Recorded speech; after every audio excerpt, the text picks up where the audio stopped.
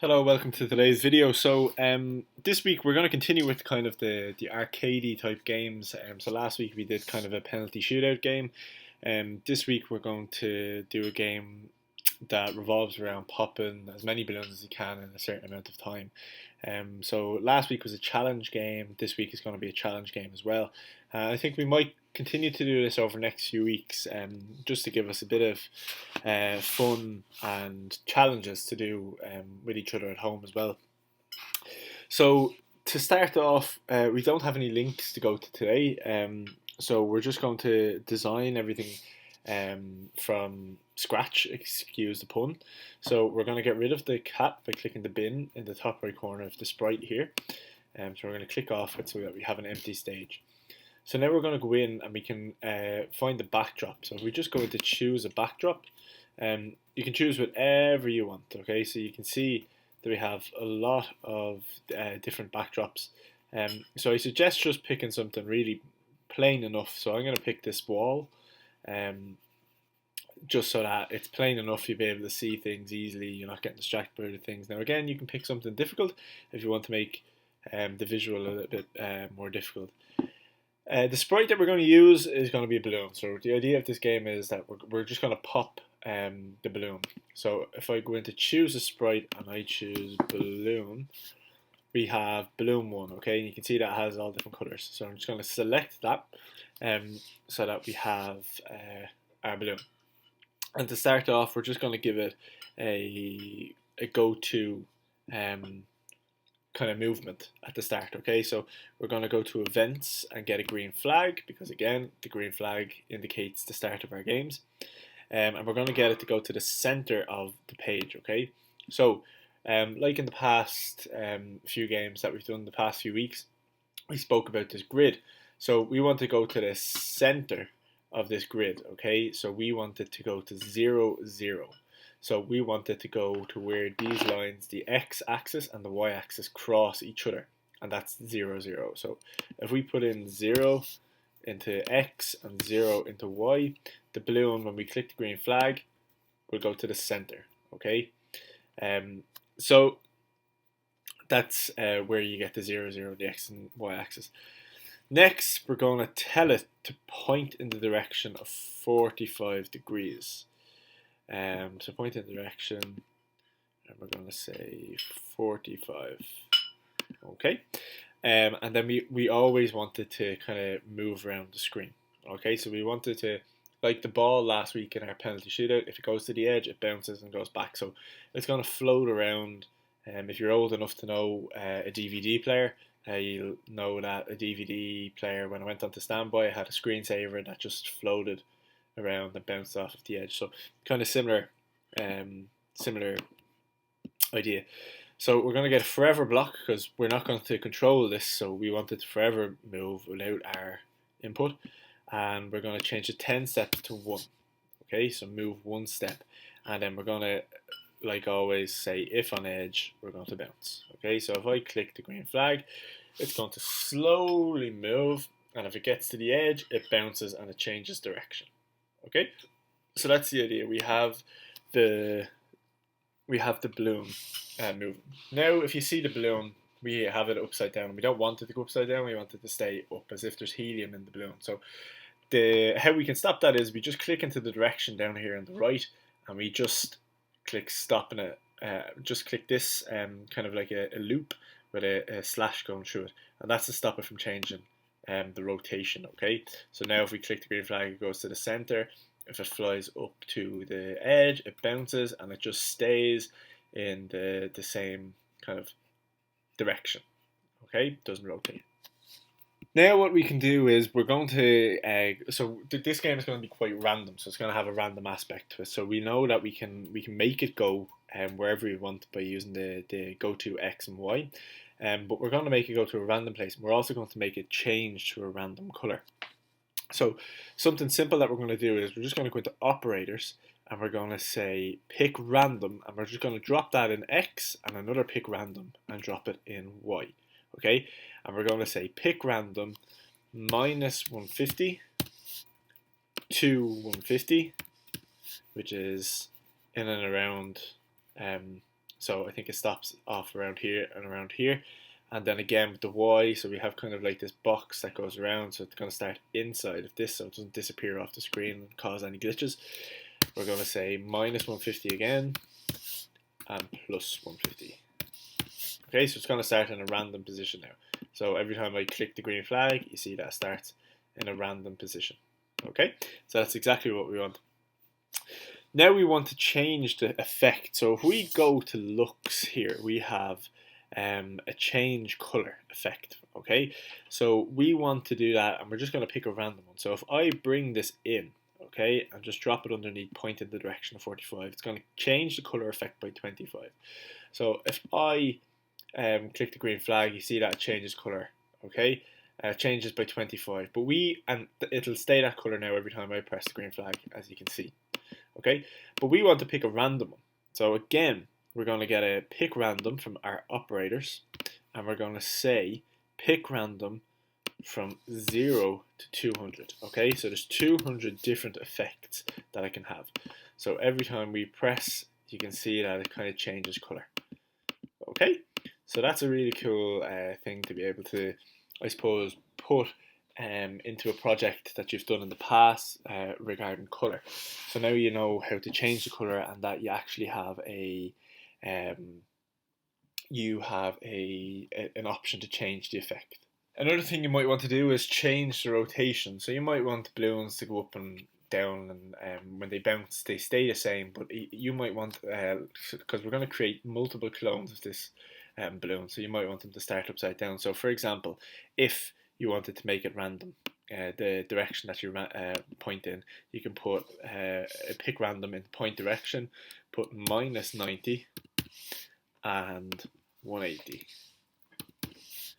Okay, so if I click on the green flag, you can see that it is changing direction. Okay, so it doesn't always glide in the same direction. It's gliding up and to the right here, it's gliding just upwards here, it's gliding to the left and up, glide to the right, up again. Okay, so you can change the direction which it goes. The next thing we want to do now is when we click on the balloon, we want it to pop. Okay, so if I click on the balloon, currently it does nothing. I just take control of it. So what I want to do is, if I click on the balloon, it pops. To do that, we have to go in and create another costume. So what we have to do is, we can get rid of this and we can get rid of this. Okay, and well, I should have kept one of them, but if I get one, okay, and I just delete this and I delete this, okay, and now all I have to do is just get a paintbrush. I can make this black and I just make lines. So we have this and we have this. Okay, so that's like it's popped. Now, I'm not an artist. If you're better at this than I am, that's fair enough. So we're going to rename our costumes now to just say, so we'll just call this balloon and we'll just call this popped. Okay, so we can differentiate then when we're going into our code. So if we go back into the code, then we can set the costume to go to balloon. So if we switch the costume popped, it'll always start with the popped, okay? But if I change that to balloon and press the green flag, it'll always start with a balloon. Okay, so that's important to name your costumes, just to be able to differentiate between, I suppose, the costumes that you have. The next thing that we want to do is code it to pop. So this whole idea of creating this costume. So the simple thing that we can do is go into events, and we have when this sprite clicked. Okay, we can then say switch to costume popped, and then start the sound, and that sound can be pop. Okay, so if I click the green flag, you can see that it changes to a pop. Okay, and you can hear, I'm not sure if you can hear it, I'm nearly sure you can hear it through the screen, but it disappears and it makes the sound pop. The next thing, so if I press the green flag and I click it, you see that these lines don't disappear. So what I want to do then is hide it. So we're gonna make it wait for a few seconds because you don't want to hide straight away. So we're gonna say wait, and we'll say 0.3 seconds. Okay, you can make it 0.5, 0.1. You can not have it if you don't want to, but then we're just gonna ask it to hide. So if we go into looks, we have hide here. I'm just going to place it underneath here. So if I press the green flag, I pop it and it disappears then. So we have no pop lines. So now if I click the green flag, we have a problem now where it doesn't show. So we need to code it. So for every hide you need a show. So we're going to get show and put it into the start of our code here. So if I press the green flag again, press the balloon, it disappears. If I press the green flag again, the balloon reappears. So now we have a balloon that appears, shows, changes color, bounces, stays in the same direction, and doesn't rotate. It makes a sound pop. It pops. It changes color. It changes costume. It waits for 0.3 seconds, and then it hides. That's exactly what we want, and everything is more or less random. Okay, so that's more or less the idea of the game. But now we're going to go into adding the likes of a score, a time, and so on. If you've been kind of keeping up to date with these videos in the past, you know that score and time is done through a thing called a variable. So we have this list here. I mean, if we click into variables, you see that we have make a variable, make a list, make a block. So we're going to make a variable, and this is going to kind of keep our data as such. So it's kind of like a variable is kind of like a storage box for coding. So we're just going to call it score, okay, and then we're going to click OK. And now, so like kind of the setting the balloon costume and then changing it to popped, we're going to set a score. So we're going to put set score. You can click the drop down menu and click score, set score to 0. So score is set to 0. And then we can say if or when the sprite is clicked, we want to change it by 1. Okay, so we're just going to put this in here. So when it disappears, just before it disappears, it gives us a point. So we have to again change this to score. Don't forget that. We have when green flag clicked. If I click the balloon, it disappears and it changes the score by 1. If I press the green flag, score is set to 0 again. If I click it, changes to 1. Okay, so that's exactly what we want regarding the score. So we want to, every time we pop a balloon, we want to so now what we want to do is we want to create loads of balloons, and how we do that is it's going to probably confuse it a little bit, but we're going to take all the code and we're going to put it onto a different block. So it's not going to be on the when green flag clicked anymore. So I'm just going to make a bit of space. I'm going to zoom out a little bit. So if I go into events, I have this thing called I have a when I start as clone. Okay, to do that though, I have to tell it to start as clone. So if I go into control, I have, sorry, it's not in events, it's in control, sorry. I have a when I start as a clone. So we have this block here. So we're going to take all of this code and move it to here.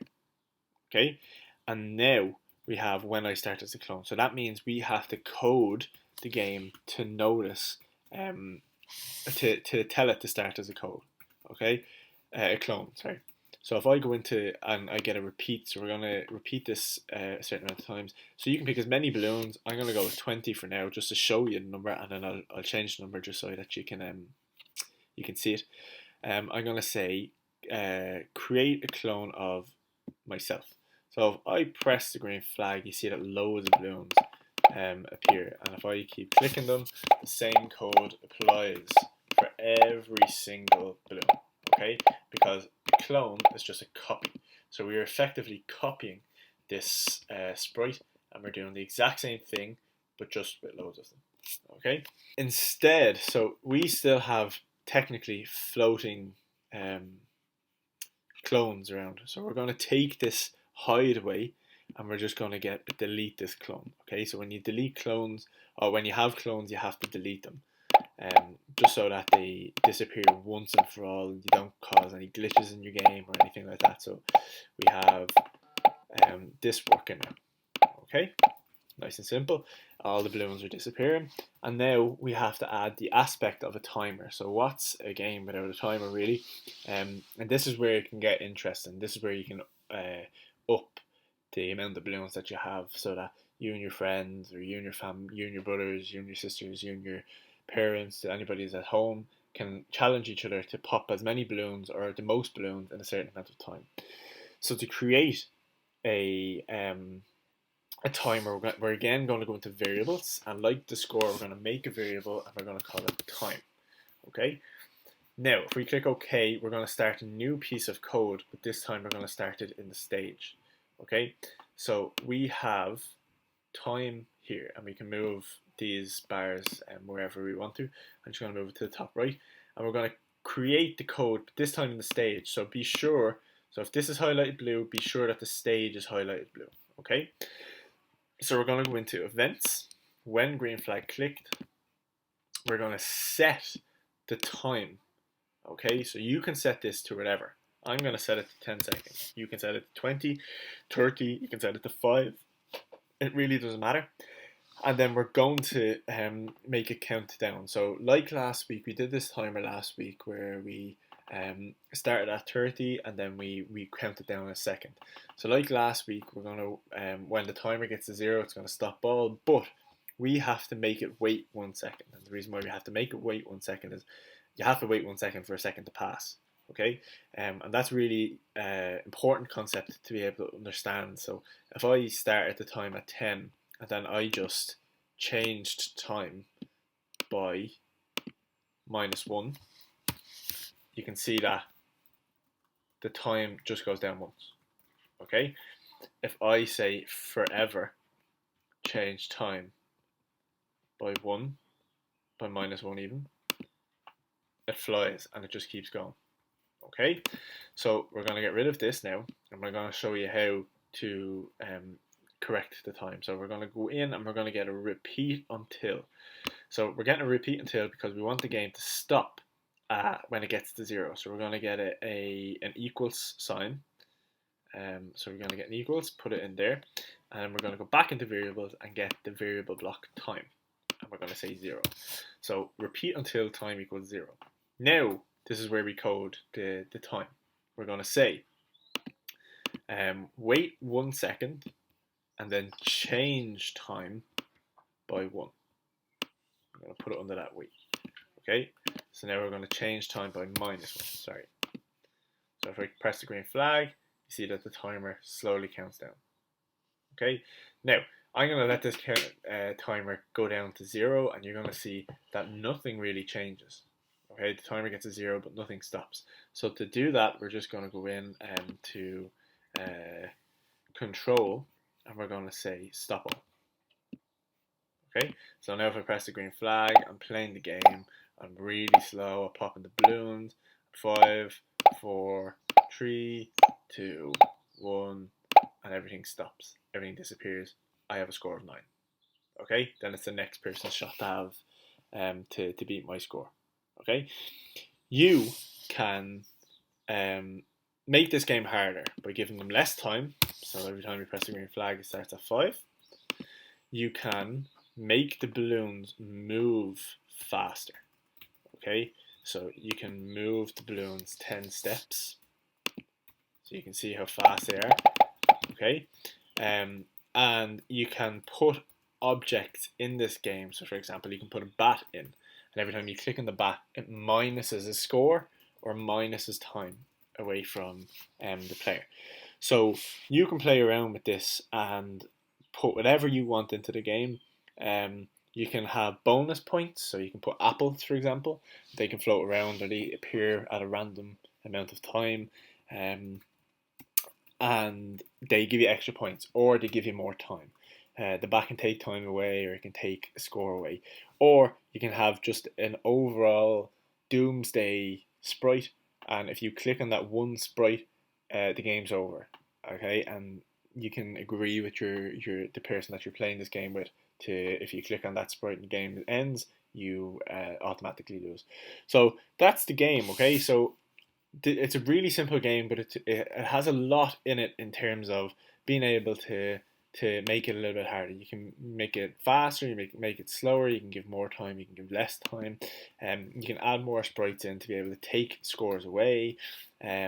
So just if you need to pause the video and go back over stuff regarding how to add time, how to take time away, how to add score, how to take score away, all of the information is in this. You just need to, if you're taking score away, you just need to change the number to +1 instead of -1, or -1 instead of +1. If you're taking score, or if you're plussing time on, all you need to do is change the time to +2 seconds instead of -1 second. Okay, so all the details are in this game. So pause it and go back over it as much as you can, or as much as you need to, as much as you want to even. And I hope you enjoy it. Let us know how you get on in the comments below, and I will see you next week, same time, for another game.